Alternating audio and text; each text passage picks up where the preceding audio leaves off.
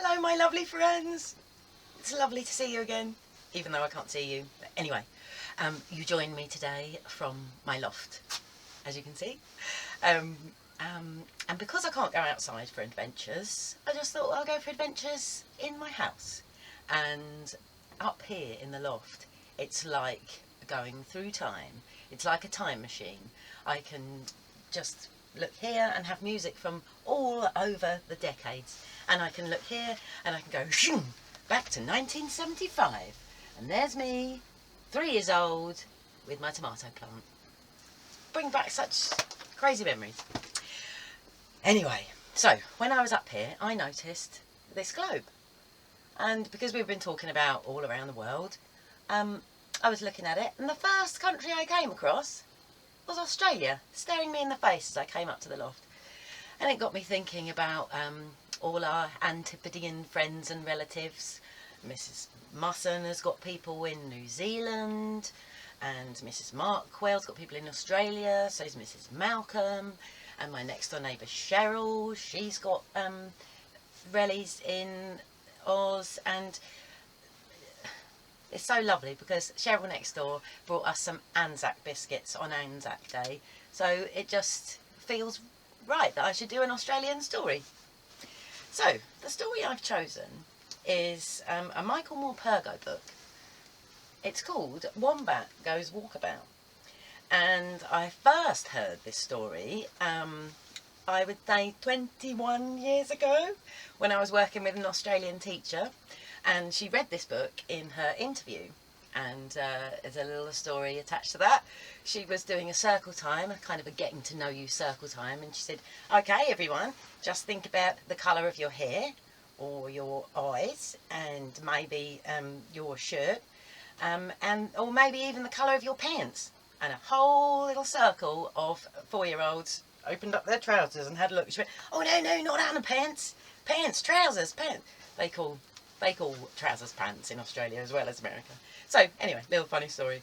So this book reminds me of her, and I want to give a big shout out to Miss Curran / Mrs. Reynolds, and I want to give this to all of the people on the other side of the world, all our brothers and sisters over there who are currently in night time. Anyway, here we go. Wombat Goes Walkabout by Michael Morpurgo. One day, Wombat woke up and thought, I think I'll dig a hole today.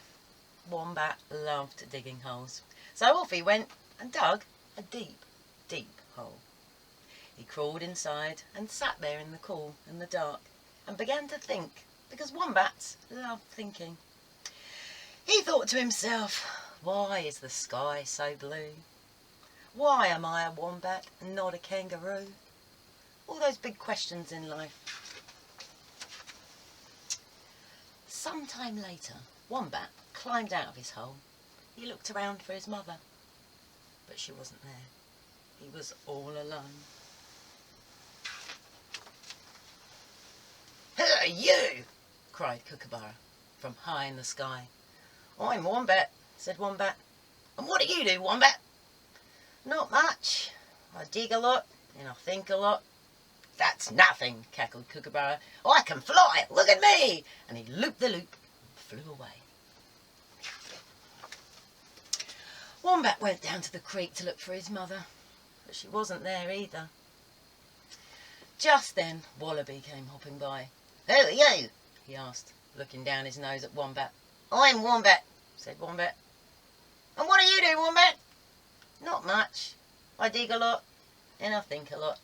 That's nothing, laughed Wallaby. I can hop, I can skip, I can jump. Look at me, boing, boing, boing. He hopped away and skipped and jumped.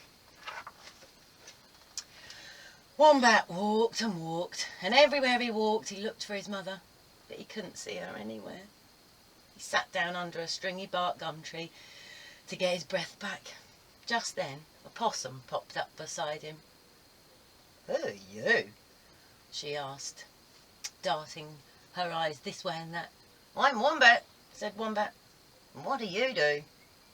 Not much. I dig a lot and I think a lot. Ha! That's nothing, laughed Possum. I can hang upside down. I can swing by my tail. Look at me!" And she swang away up the stringy bark gum tree. Wombat wandered sadly through the bush, still looking for his mother.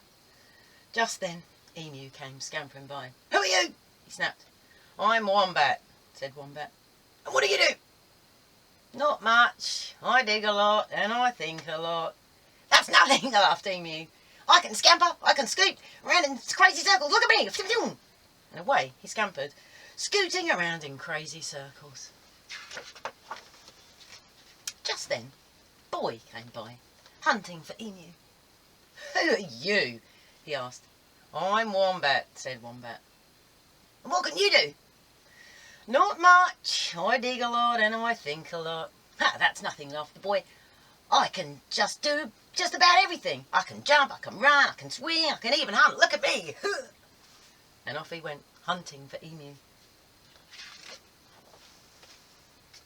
It was baking hot now, and Wombat shuffled into the shade of a great eucalyptus tree.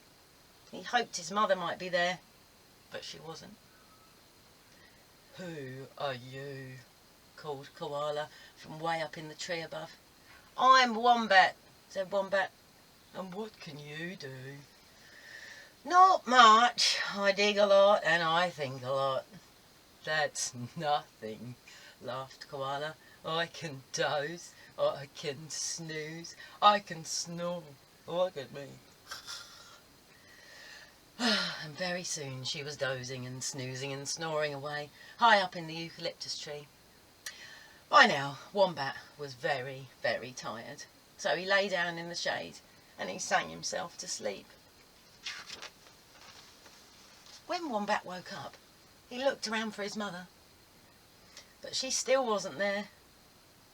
"I know," thought Wombat. "I'll climb the highest hill I can find, and surely I'll be able to see her then." So that's what he did. He climbed and he climbed and he climbed. Perseverance. When he reached the top, he looked about him.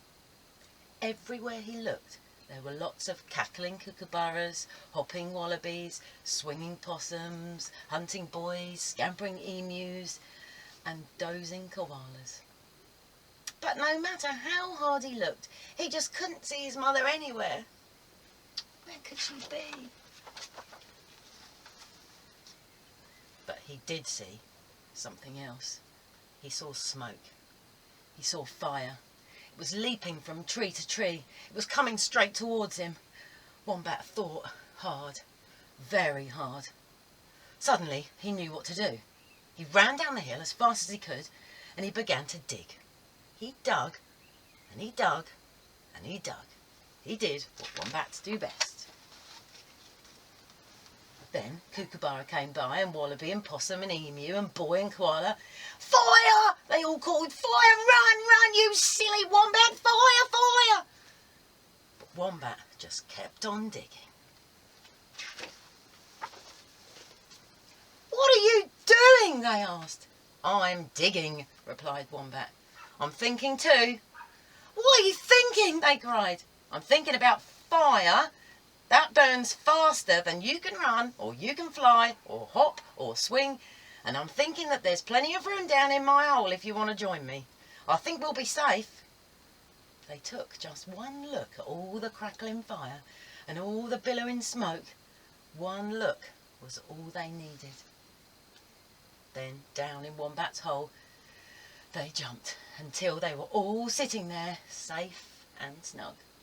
And to keep them all happy, Wombat sung them the digging song that his mother had taught him.